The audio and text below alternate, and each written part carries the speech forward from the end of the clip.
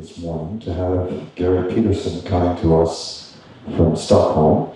He's an engineer originally trained in Canada, born Canadian and lived there many years, but Garry's lived everywhere. He's worked in Japan, he's now worked in Europe for over a decade, and worked all over the world as an ecologist. And he luckily can join us for several days. And is going to talk to us about his work in helping people envision change going into the future in the Anthropocene. Garry, thank you so much for coming.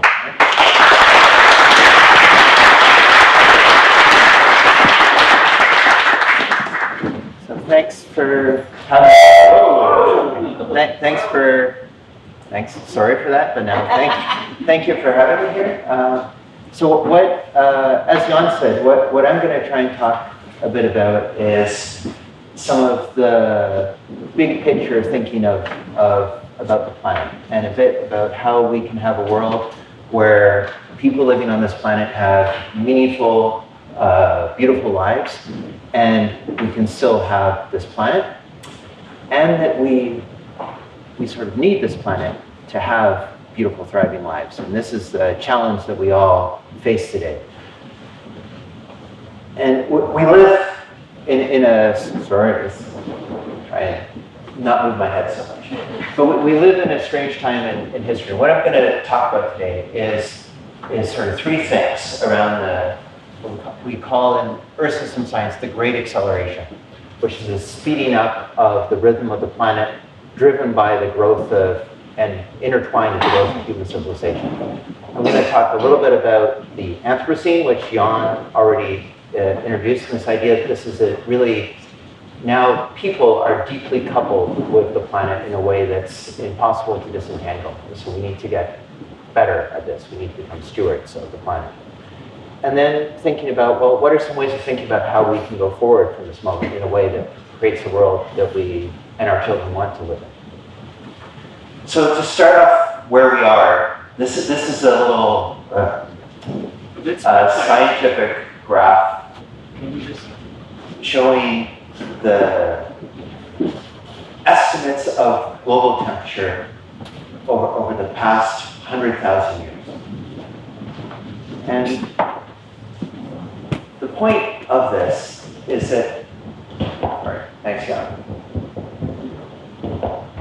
All the major civilizations on our planet have risen during a period at this end here, when the planet's temperature was not jumping around. It's been a long period of unusual stability in the planet's history. And what we're doing is we're perturbing all these mechanisms of the planet, which could maybe bring us back into this type of instability, which is a world in which our entire civilizations are not prepared for.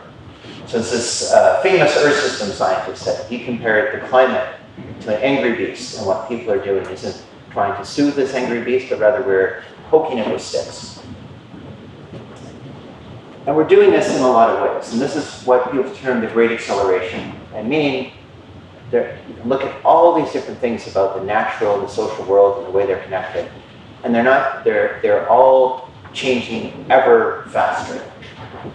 So you're all probably aware about how the world's population has really grown. So on these graphs, they're all starting at 1750, going up to 2010, with red of 1950, which you can see as this point of inflection or acceleration of all these things.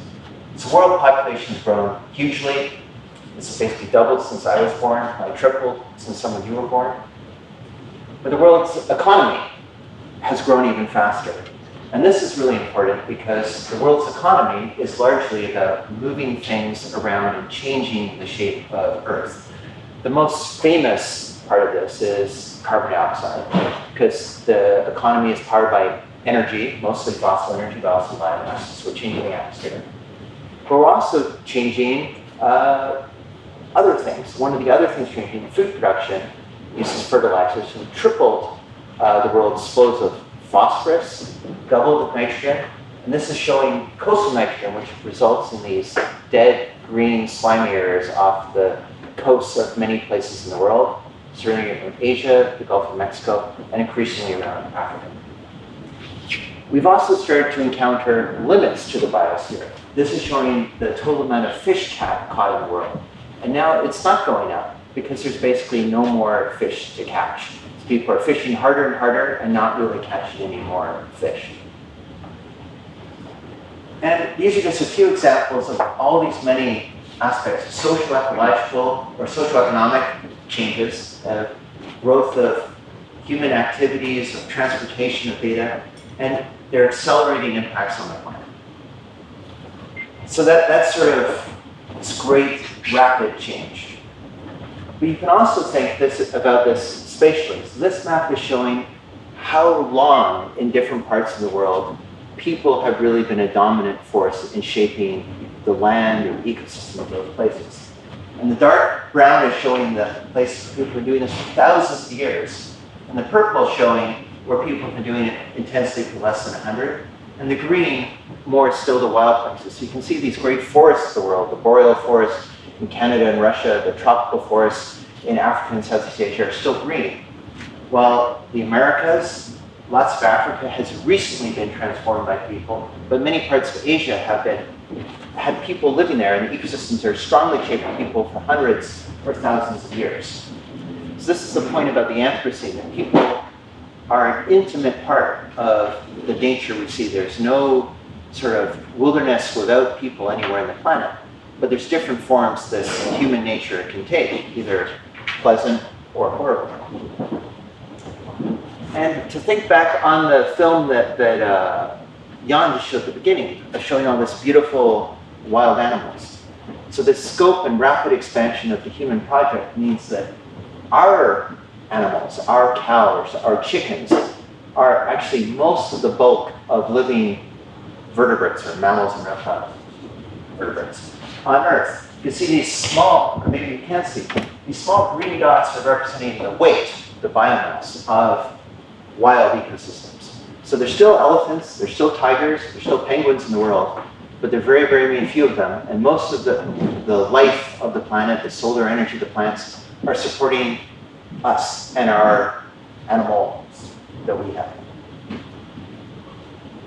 And these changes are also causing surprises. So examples of surprises that were surprises when people experienced them in the 20th century were things like the Miyamada disease in Japan, where mercury pollution resulted in poisoning people, making them sick, because people didn't know that heavy metals were bioamplified up in food chains. This is the same in the Arctic today.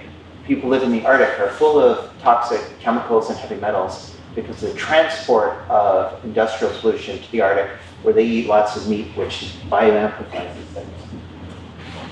In the 1950s and earlier, people used pesticides and DDT famously to try and control nature. But nature rapidly evolved out from this. This is now also occurring with antibiotics. This was a surprise when people are trying to control nature, how adaptable it is. And people know this scientifically, but still are not managing the antibiotics well. Other examples are the emergence of new types of disease from agricultural landscapes. A famous one is river blindness in Africa, where people did irrigation to increase their crop yields, but then became blind because they created new habitats for parasites. And a final one is the loss of big predators all over the world has destabilized ecosystems, making them more variable and more prone to shocks and crises. And a famous example of this is wolves, where there's been a lot of talk about the return of wolves to Yellowstone, how the return of wolves not only decreased the amount of, they didn't just eat caribou or elk, they scared them, resulting in improved water quality. So you have these connections that are being disrupted by people. So we've lived in this world. It's a world in which people and nature, social and ecological, are deeply intertwined. And there's no way we can stop this. People can say, okay, we're going to stop human civilization. We've already moved all these animals around the world. We've already put CO2 in the atmosphere. We've already put phosphorus into soil. These things are going to persist for centuries, whether we like it or not. And we can't stop those things without stopping civilization. So we have to learn how to live with this. And at the same time, I think many people, you can believe in living in the West that, well, we're decoupled from nature, we don't depend upon it because everything that we get is coming from far away. But the use of fossil fuel energies just empowered our extraction of things from nature. So we're actually ever more dependent upon nature while we're transforming it more and more. And I think there's pretty strong scientific consensus that this pathway forward is a pathway to destruction. And we have to quite radically change the way we're living. And this is maybe most widely known with carbon dioxide, is we really need to go to no emissions of carbon dioxide, not reducing, no emissions in decades. And that's, we can still live on the planet, but we're heading towards a very dangerous place if we don't do that. So it's really big challenges of transformation. That's just saying climate, not thinking about food, and that we're living in a world which is not fair. So my colleagues have developed this concept of planetary boundaries. They're saying, well, what kind of planet do we need to have? What kind of process do we need to provide a stable habitat for humanity? And saying beyond climate change, you can also think about biodiversity, novel chemicals, ozone layer, aerosols, ocean acidification, nutrients, and land. And they've tried to assess where we are relative to the levels that people think are safe. And they haven't been able to do it for all of them. You see these question marks, saying we've crossed a bunch of these boundaries. We're heading towards very rapidly these boundaries on other things. And another colleague, Kate Raworth, has also said, so we can combine this with sort of social goals that governments and people around the world have said that we want to have a good world where we don't have poverty, where everyone has access to water, and children aren't born into suffering.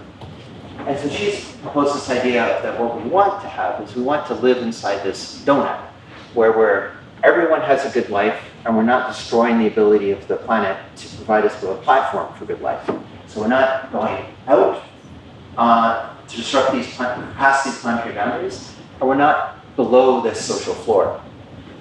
But if you try and assess these things, you see that the red is showing where we're below the social floor and we're across these social boundaries. So this is the sort of the case that we're not living in a sort of fair or an equally prosperous or a sustainable planet right now. So we need to change. And so this is the challenge of how can we create a good Anthropocene, not the bad Anthropocene which we're headed towards. So there's a lot of wealth in the world, but it's not evenly distributed.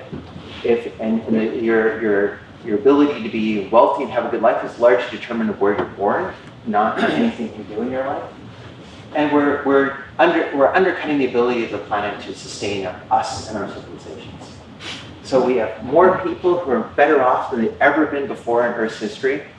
There's less people who are starving, but still 1/8 the world doesn't have enough food to eat.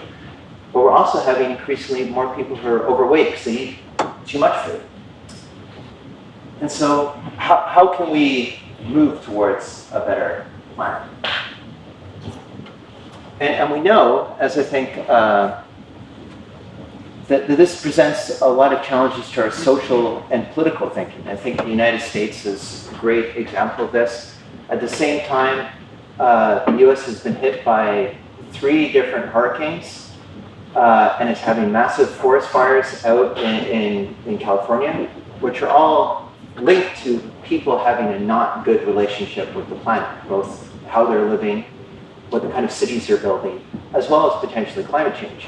You have the government deciding, well, we're going to cut healthcare and burn more coal, which is destructive. So that's showing there's lots of existing challenges, but more than that, there's all sorts of new things that are happening in the world in terms of technology, as Jan mentioned, like new forms of media. Who owns the media?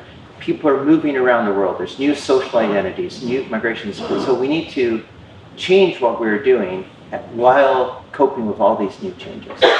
And we want to build a world that can kind of cope with, is a global world that can cope with diversity, that can cope with many different types of people and provide them with good lives in a way that supports the biosphere, Earth itself. And so that's sort of the bad part of the story. and then say, well, what are some fundamental things? So I think a key thing is that in much of our society and politics, we've decoupled from the biosphere. We think nature is something out there that's pretty or nice to have if you want it at some times, but forgetting that nature fundamentally supports us.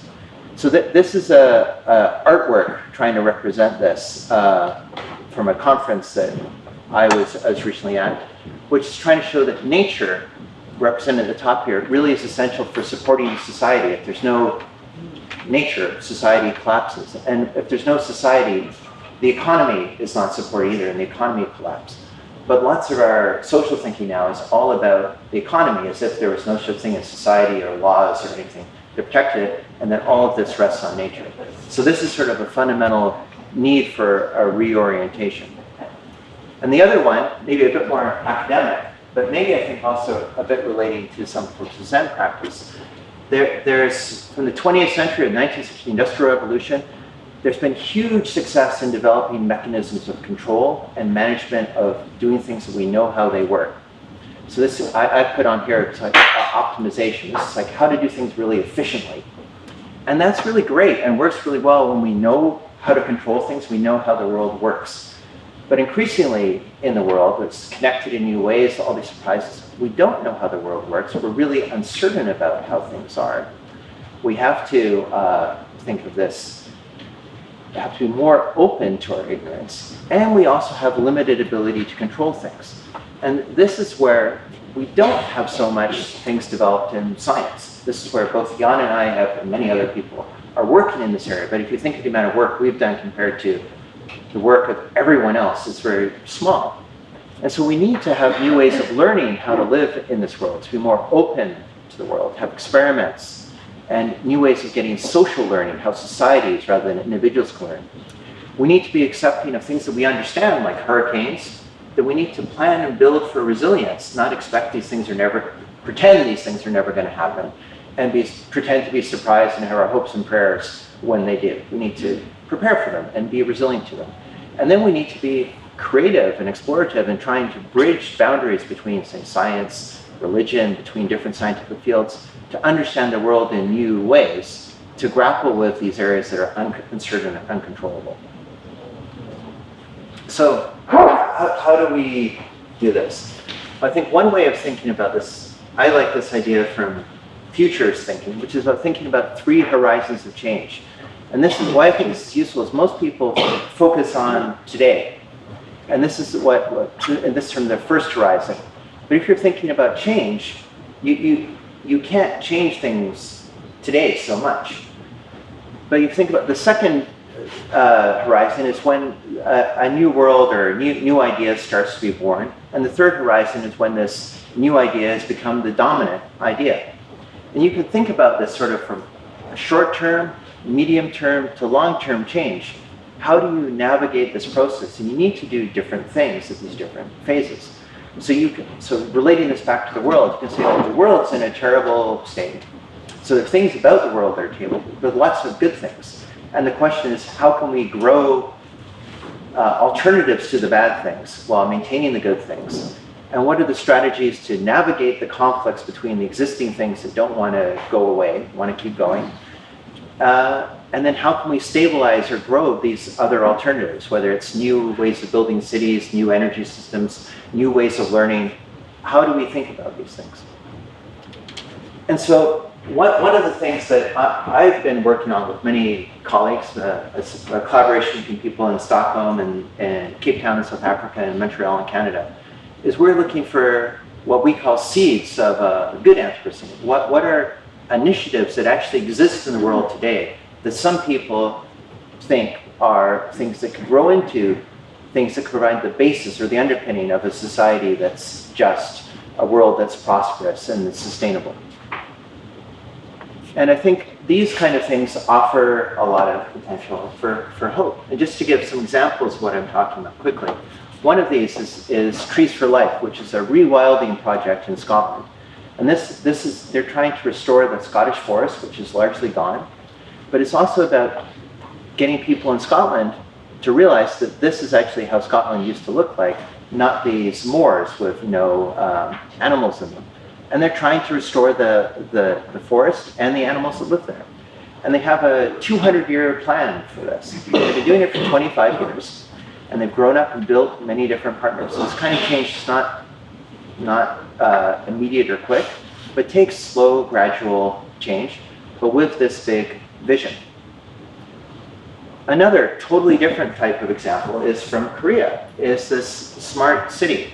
And the people who do Trees for Life probably wouldn't like to live in Songdo, but this is a city where people have tried to build a city in a different way, where it's more energy efficient, more livable, and has lower carbon emissions. The city was meant to be a headquarters for business, people could fly around Asia, but it's ended up attracting a lot of families from Seoul because it provides a much nicer place for their children to live. And another example is, which actually I think there's an article relating to this in New York Times today, is Svalbard, Norwegian government has established this global seed vault to kind of be a backup or provide resilience for all these other seed banks around the world. So seed banks are critical places of agricultural biodiversity that we need to adapt to changing climates, to preserve people's cultures. And this has already provided resilience to this global seed system, because one of the main seed banks for the Middle East is in Syria, it was in Aleppo. And it's not accessible now, and people are not quite sure how much it's been destroyed. That's the article in the New York Times today. But this is to try and provide backup for all of these things. So thinking at a global scale to help local places preserve things for people in the future. And a final one is a big NGO, or not big, but a reasonably sized NGO or organization in India that combines ecological restoration with building communities' capacity to manage commons. So this works with very, very poor people to enhance their natural wealth, but also give them the tools to protect it from outside people and help them be stewards of it into the future.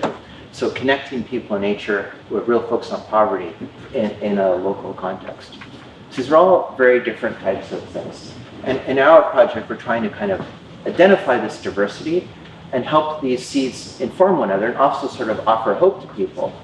And we're trying to use this to develop new methods of thinking about the future. Because often when you see in society and even in science, the visions of the future that people have are things like Mad Max or the Hunger Games. If anyone has any examples of movies that show a world that's sustainable and people would actually want to live in, I'd love to hear about them.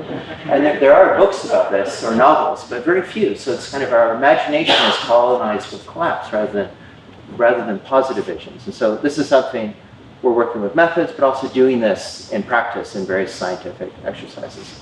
And then we're trying to bring together people locally in Stockholm, Montreal, and Cape Town, mostly focusing on the food system, or food, to try and actually catalyze transformations towards sustainability. With food, it's a very nice thing because it's less politicized than climate, but it's very important for climate and very important for people's health and culture. So when we look at these things, we see that there's this huge diversity of seeds that exist in the world. And there's a lot of potential for them to connect together to build things. And I think this is what we're working on as scientists, but is to try and how can we catalyze to make this occur better, and trying to identify potential downsides to these seeds as they grow. But I think that this is something that we all can kind of think about, is how can we be stewards to build a new world? So to just sort of summarize that, I think we're in this new world, and we can't get out of it, of a socially, ecologically connected planet.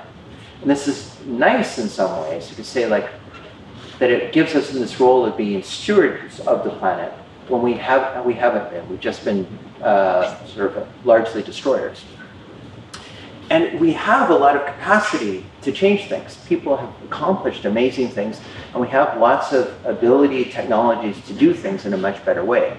But there's a lot of inertia, a lot of negative feedbacks keeping us on this path towards a bad future that we need to be able to disrupt. We have the possibility to build a better world. But we know also there's all this novelty is going to produce turbulence, disruption, and requires openness, experimentation, and an acceptance and embracing of diversity.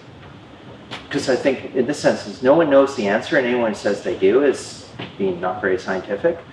but we need to be able to live with a bunch of different answers. And that there are these examples of seeds all around us that can give us hope in these sort of dark times, this is from Rebecca Solnit.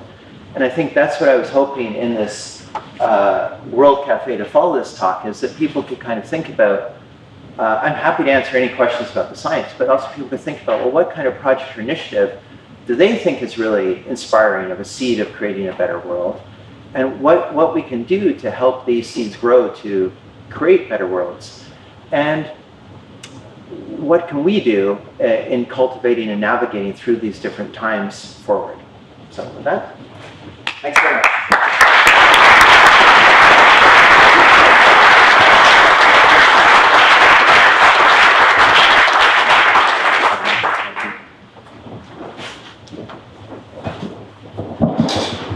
Thank you very much, Garry.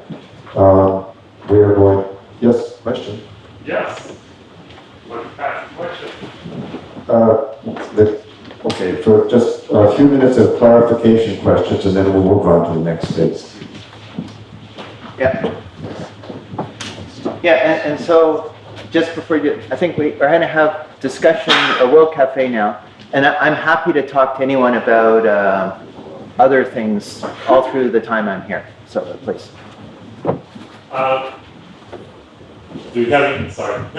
So very nice talk, actually, and what I like about it is that you have this balanced talk, with the good things and the bad things, and how we can kind of try to keep the good things and try to convert the bad things. I'm pretty sure that you actually gave this talk. You kept that in mind, that balance. So can you actually maybe a little bit talk how you actually came up with this, and how we can actually overall keep that balance in mind when we are either talking about these things or or doing some work, and because sometimes people go very much into the negatives or vice versa. So that's one question that we have, another one, but okay. So I'll just try and reflect, and hopefully this answers. I think there's really real problems in the world, and there's no guarantee that we'll succeed in solving all of them. But I think it's just that if you don't at least try it, if you don't believe you can, you're never going to succeed. And so it's just it makes sense to work towards things. And then I think two things as being a professor is that if you work with more young people, you can get energized by their hope and energy that another world is indeed possible, just sort of personally. And then I think a second point is strategically. So one of the things that I do working with students is saying, like, well, if this what path forward is blocked, then don't keep going on that path. Look for a different path. Work on a different project. There's so many different things you can work on, and there's so many things where there is progress. So I think especially to all the Americans, you might feel really terrible about some stuff that's in the US, but I think in many places in the US, people are doing really interesting things at the local level.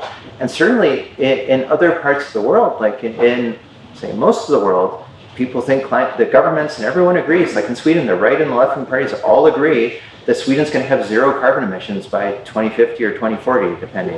But that's for a decade, right? So I mean, that's not even, those are not even new, surprising things. And you see all over the world these kind of things. So to pick your battles, and if something's not working, work on some things that are working, because so many different things are needed that it makes sense to build on successes. And I think that's something to really avoid personal burnout.